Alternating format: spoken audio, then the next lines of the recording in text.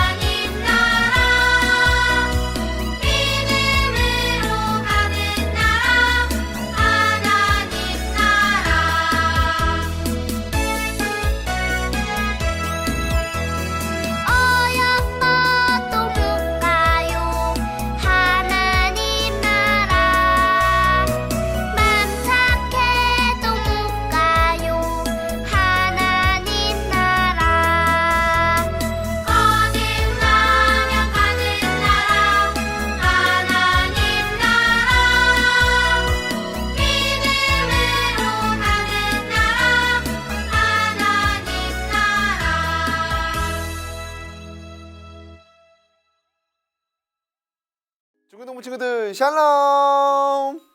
친구들 간만에 율동하면서 찬양하니까 어땠어요? 쑥스럽고 민망했나요? 네, 민망한 시간 잘 지나오느라 고생했습니다. 한 주도 건강하고 재미있게 그리고 그리스도인답게 멋지게 잘 살아냈나요? 감기에 걸린 친구들은 없죠? 날씨가 너무 추워졌었어요. 때가 때이니만큼 손도 잘 씻고 몸도 잘 관리해서 감기에 걸리지 않고 이 겨울의 마지막 추위를 잘 이겨나갔으면 좋겠습니다. 다음 주면 벌써 입춘 절기가 됩니다. 추운 겨울이 지나가고 봄이 꼭 오는 것처럼 코로나19 바이러스 때문에 어려운 상황을 지나가고 있지만 잘 견뎌내서 또 따뜻한 봄을 더 의미 있게 맞이하는 우리 친구들이 되기를 소망합니다. 어제 또는 오늘 아침에 선생님들이 사전 나눔지를 보내줬죠? 우리 친구들 설교의 주제를 딱 느낄 수 있지 않았나요? 키워드가 뭐였죠? 네, 바로 회개와 하나님 나라입니다. 그리고 오늘 설교의 제목은 우리의 전공 건축학과입니다. 어떤 의미를 가지고 전도사님이 그렇게 설교를 정했고 했는지 한번 친구들 의식하면서 들어보면 좋겠습니다. 먼저 성경 본문 읽고 시작하겠습니다. 마가복음 1장 14절에서 15절입니다.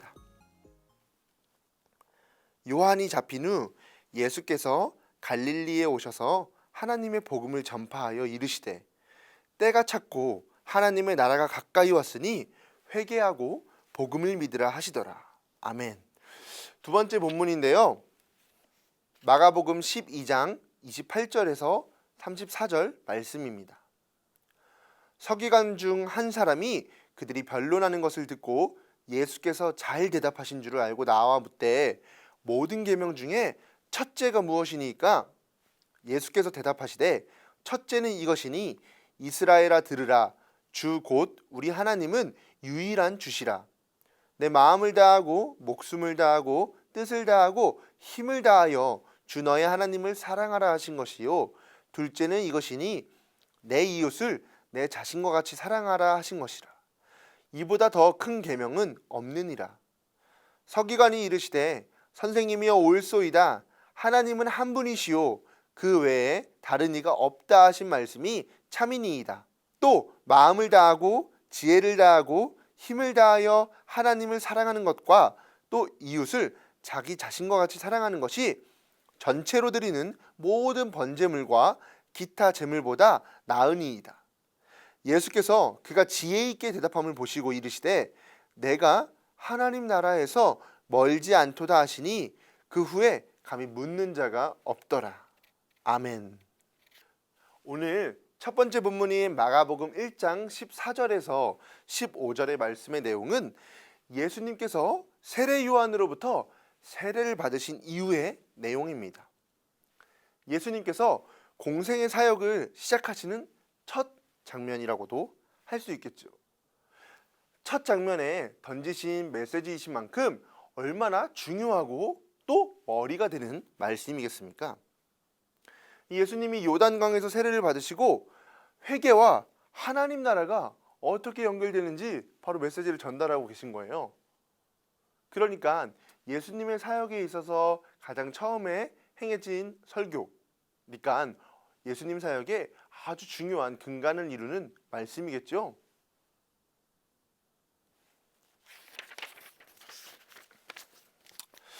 자, 친구들, 회개란 무엇일까요? 먼저 회개가 한자어니까 우리 먼저 한자를 살펴보겠습니다. 이 회개라는 것은 뉘우칠 해와 고칠 개의 합성어입니다. 그러니까 뉘우치고 고치는 것을 의미하는 것이죠. 신약 성경의 언어인 헬라어는 회개를 메타노이아라고 합니다. 이 메타노이아는요, 변하다라는 뜻을 가지고 있는 메타와 마음 혹은 생각을 가지고 있는 뜻 노이아가 합쳐져서 만들어진 단어입니다. 그러니까 우리의 행동의 원인이 되는 마음과 생각을 바꾸는 것이 곧 회개라고 하는 것입니다. 자, 친구들, 그러면 회개란 무엇일까요? 먼저 회개라는 말이 한자어니까 우리 한자를 좀 살펴보겠습니다. 이 회개라는 것은요, 뉘우칠해와 고칠 개자가 만나 만들어진 합성어입니다. 그러니까 회개라는 것은 뉘우치고 고치는 모든 행위를 가리킨다고 할 수 있겠죠. 신약 성경의 언어인 헬라어는 이 회개를 메타노이아라고 표현하고 있습니다. 메타노이아는요, 변하다라는 뜻의 메타와 생각 혹은 마음을 뜻하는 노이아가 합쳐진 말입니다. 그러니까 우리의 행동의 원인이 되는 생각과 마음을 바꾸는 것이 바로 회개라고 할 수 있는 것이죠. 근데 무언가를 바꾸기 위해서는 무엇이 필요하죠? 네, 기준이 필요합니다. 우리가 어떤 기준을 놓고 우리의 삶을 바꾸어야 되지 않겠어요? 그 기준이 바로 뭡니까? 우리 그리스도인들에게는 바로 하나님의 뜻, 그것이 바로 우리의 기준이 됩니다.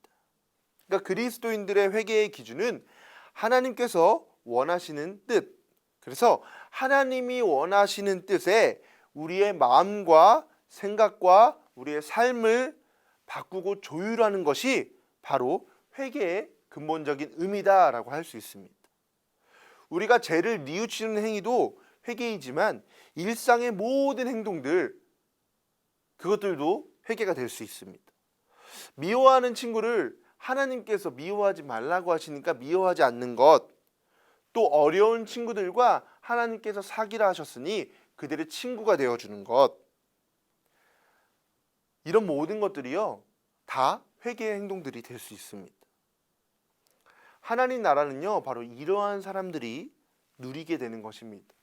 우리 앞에 찬양에서처럼 돈으로도 못 가요, 힘으로도, 벼슬로도, 지식으로도, 또 어여뻐도 못 가는 나라, 마음이 착해도 못 가는 나라, 바로 그 나라가 하나님 나라입니다. 오직 우리가 거듭나고 회개할 때 갈 수 있는 나라가 하나님 나라인 것이죠. 그래서 그리스도인들에게 회개는 절대적으로 필수적입니다. 그렇다면 하나님 나라는 무엇을 의미할까요? 먼저 마태복음의 한 구절 살펴보겠습니다. 마태복음에서는요, 하나님 나라를 천국, 하늘나라라고 번역했습니다. 하나님 나라와 하늘나라는 같은 의미로 볼 수 있는데요, 오늘이나 지금이나 예전이나 오늘이나 또 동양이나 서양이나 할 것 없이 하늘을 바로 신을 표현하는 상징으로 사용해 왔습니다. 왜 그렇게 사용했을까요? 우리 하늘의 특징들이 하나님 또는 신을 설명하는데 아주 유용했기 때문이에요. 하늘은 먼저 넓고 높습니다. 또 누구에게나 동일하게 하늘이 되어줍니다. 친구들, 아프리카에 가면 하늘이요, 한국의 하늘과 다를까요? 물론 대기질은 다를 수 있지만 하늘은 모두에게 동일합니다. 일본을 가도 부산을 가도 서울을 가도 어디를 가도요, 하늘은 모든 이들의 하늘이 되어줍니다. 또 하늘은요, 누가 소유할 수도 없습니다. 그래서 다만 영공이라는 것도 영토와 영해를 더해서 그 수직으로 올려서 그 할당된 범위를 그 영공이라고 표현하는 것이죠. 그러니까 영공 그 자체만으로 기준을 정하기는 어렵습니다. 즉 누구도 그것을 소유하거나 측정할 수가 없다는 뜻입니다. 바로 이러한 특징들이 우리 하나님의 모습과 비슷하지 않나요? 높으시고 넓으시고 세상 어디에 계시며 또 세상 누구와도 계시고 또 누구의 소유도 될 수 없는 분, 그분이 바로 하나님이신 거죠.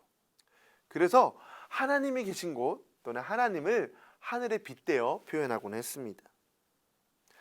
그러니까 마태 공동체는요, 유대인들이 많았거나 또는 유대인의 전통과 아주 긴밀한 관계를 맺고 있던 공동체였는데요.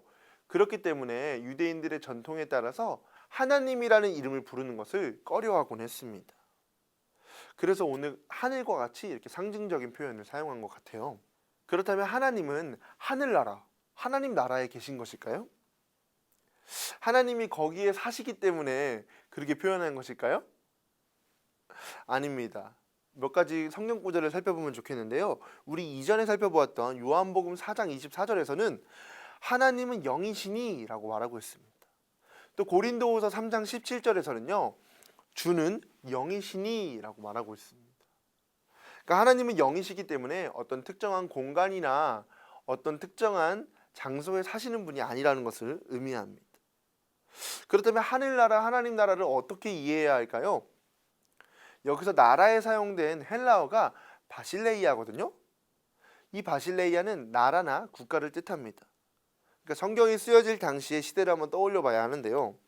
그때의 나라에는 왕이 있었습니다. 그리고 지금처럼 백성이 주권을 가진 게 아니라 왕이 모든 주권을 가지고 있었죠. 그래서 나라라는 것은 왕이 다스리는 지역, 즉 왕의 힘이 미치는 지역, 그곳을 나라라고 합니다. 왕의 통치와 다스림이 실현되고 있는 곳, 그것이 바로 나라의 영역, 나라의 국경이 되는 것입니다.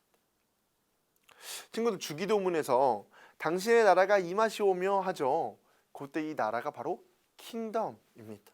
즉 하나님이 왕 되신 것, 왕국이라는 뜻이죠. 하나님이 킹이라는 뜻입니다.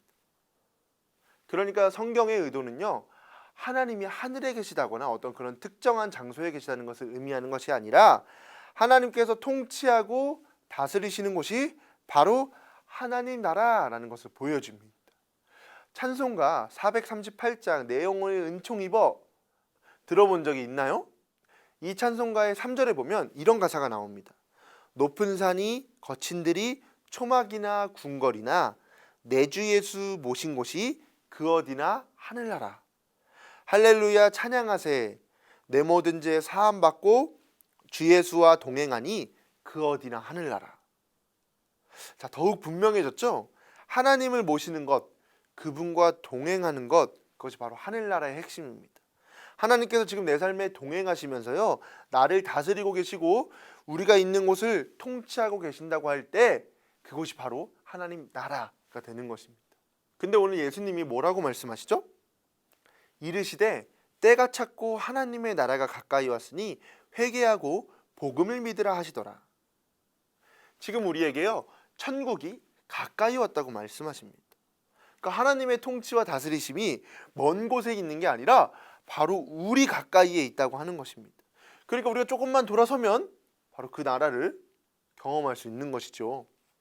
그러기 위해서 우리가 무엇을 해야 한다고요?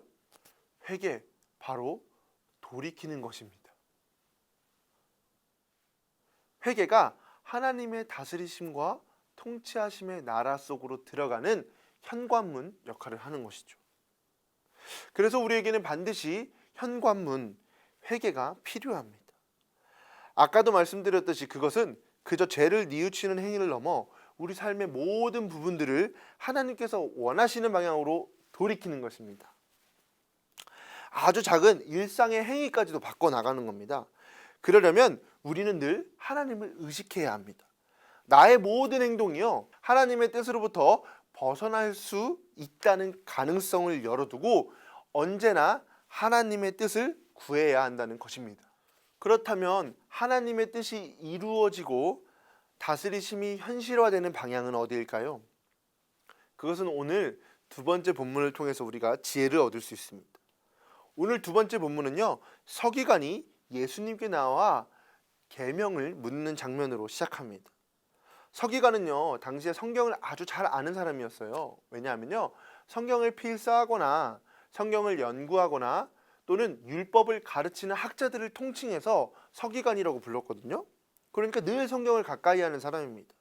그런데 그 율법학자가 예수님께 와서 묻는 거예요. 모든 계명 가운데서 가장 으뜸되는 것은 무엇입니까?